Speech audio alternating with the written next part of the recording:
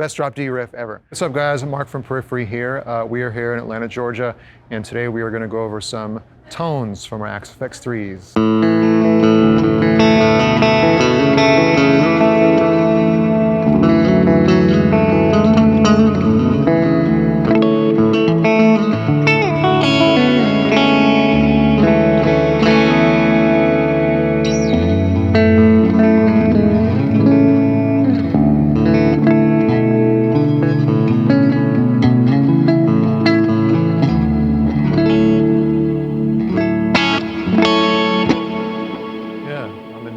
Fancy open tuning, indie rock tuning. I took it from this band called Toe. They're a Japanese band called Toe, and they have a song that uses this, and they probably have a bunch of songs that use the tuning.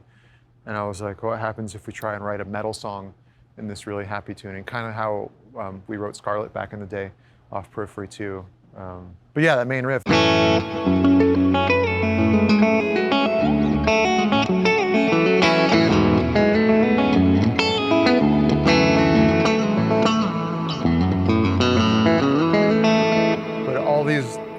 Sort of movements around the fretboard are just, they're very deliberately figured out because like, okay, I got to figure out new moves, new directions, new places to go on the fretboard without knowing, my vocabulary on a normal tuning. So yeah, I mean, when we tracked the song, we had this really cool single coil kind of tone. The idea behind dialing in this tuning, it's called Epic Clean on here, is just trying to get as exact as possible in getting that sort of that tone.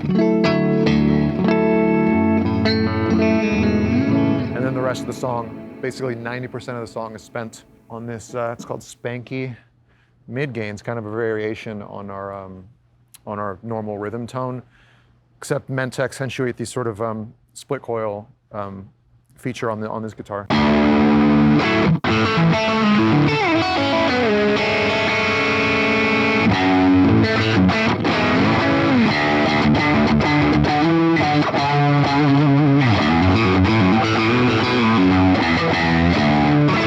All right, so here is the meat and potatoes, the bread and butter of our live sound, the good old rhythm tone. And the rhythm tone stays fairly unchanged across every song, across all three guitar players even. And there's three different tiers to our rhythm tone, as Jake or Misha may have mentioned, but this is the normal, I call it the unchained.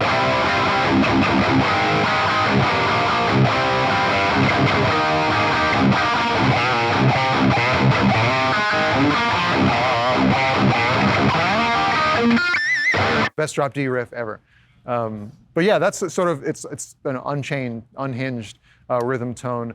It's very loose, very aggressive, very pissed off, and then we each go through different sort of noise gate settings. The middle setting is exactly what it's called, just kind of the noise gate lets a little bit out. If you choke up, you hear the gate kicking in right there. So you can still get those staccato, accents in there and have it cut off immediately. The tightest is almost unmusical, and we use this for very deliberate moments in our set. Letter Experiment's a good example.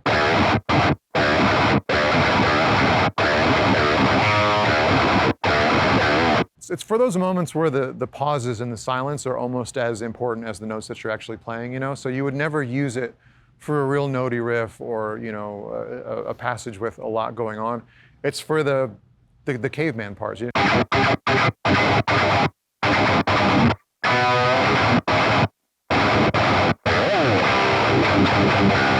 Another thing that I use more and more every tour we do is an octave patch. Just for parts really that we don't use it on the record, it's really about what feels right. And if I'm like, man, what would sound cool here? An octave patch, and I'll just switch sort of on the fly, or when we're programming patches before a tour at rehearsal.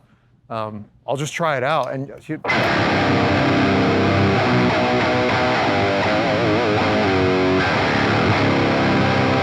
when you get into the really low tunings, it becomes something completely different. Like, we're not playing on this tour, but we have a song called Reptile that's dropped G. So the lowest note on a 6th string is G.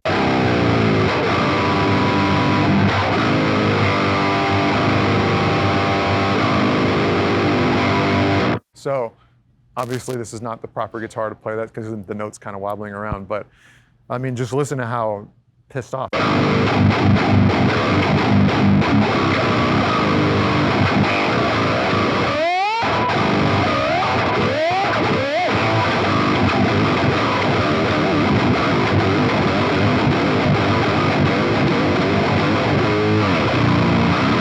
So yeah, if you really just feel like going full on for a part, that's the go-to tone. I use it a lot for Blood Eagle too. I mean, damn near every song has some kind of octave, just full on fuzz. I feel like it's just like a shortcut to heaviness. The more I do this, you know, like obviously there's playing, there's how your left hand syncs up with your right hand, there's pickups, there's strings, there's guitars, there's all this stuff, but there's a lot of shortcuts you can take.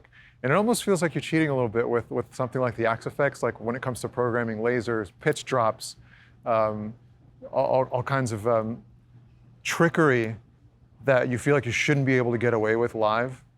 Not only do they become a reality with these units, but it's something that we comfortably rely on and that we take for granted. You know, that like the ease at which we're able to do some of these things, I forget how like that's not necessarily normal. You know what I mean? If you don't want to have one of these. So yeah, for us, there's no stress in trying to emulate the studio tricks we use live because we tour with exactly what we use in the studio. So for us, there's just not a lot of extra effort that we take to do that, you know. I'll jump between tightness settings on my noise gate second by second during some riffs. So there's a riff in that song Prayer Position.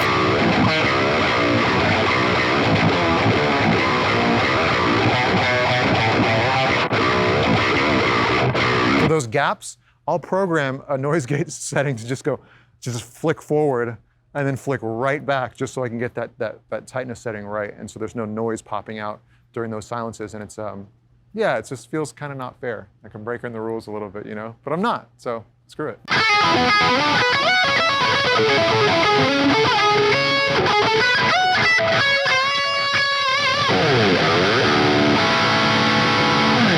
So this is a lead tone. It's pretty much the same lead tone I use every Periphery, you know, solo I have during the set. I tweak little things here and there depending on what kind of solo it is. I change the BPM obviously for whatever song, or for whatever tempo we're using for that song. For the Wax Wings solo, yeah, it's kind of the same. I could say the biggest pain in the, I could say ass, right? Say fuck. It's music business. The biggest pain in the fuck about, the biggest pain in the ass about this part, or the solo, is writing a solo in a tuning that's not standard or a typical drop tuning. So yeah, like having to figure out the,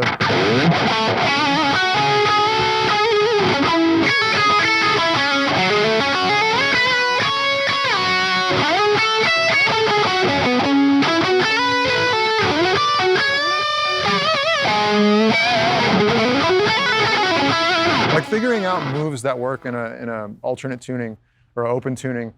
It took like 2 days just to get the vocabulary, you know, like this is a lick that works, this is another lick that works, let's chain them together and see how they sound. There's some things that you can do very easily that sound way more impressive than they are to play.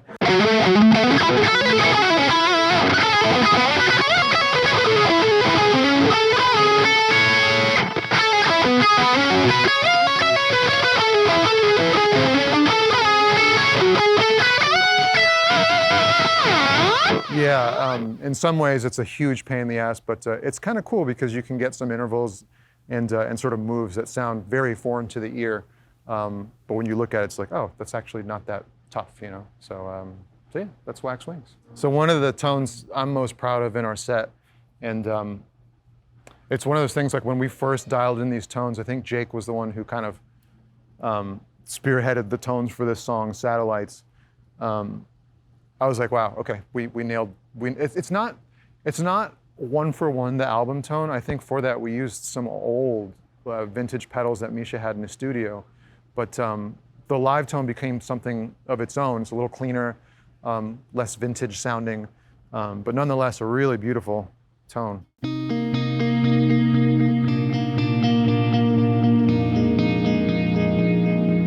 Yeah, it's really pretty.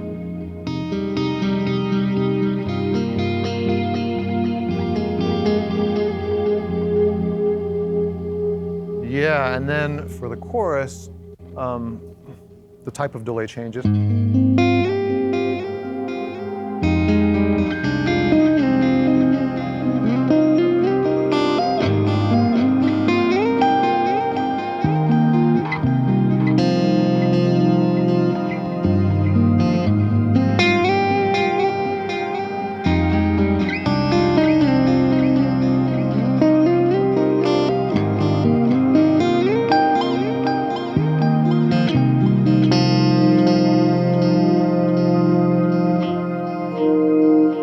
Yeah, we spend so much of our set, you know, playing just full-on metal at you and everything. And Satellites is the second to last song in the set. And I don't know, I'm just really proud of showing off that side of our band every night, you know, because I don't think that's what we're known for necessarily. And I do think that we've dialed in some really special, clean-sounding tones on these units. So thanks for joining us, guys. This has been really fun. We will catch you on the road, wherever that may be.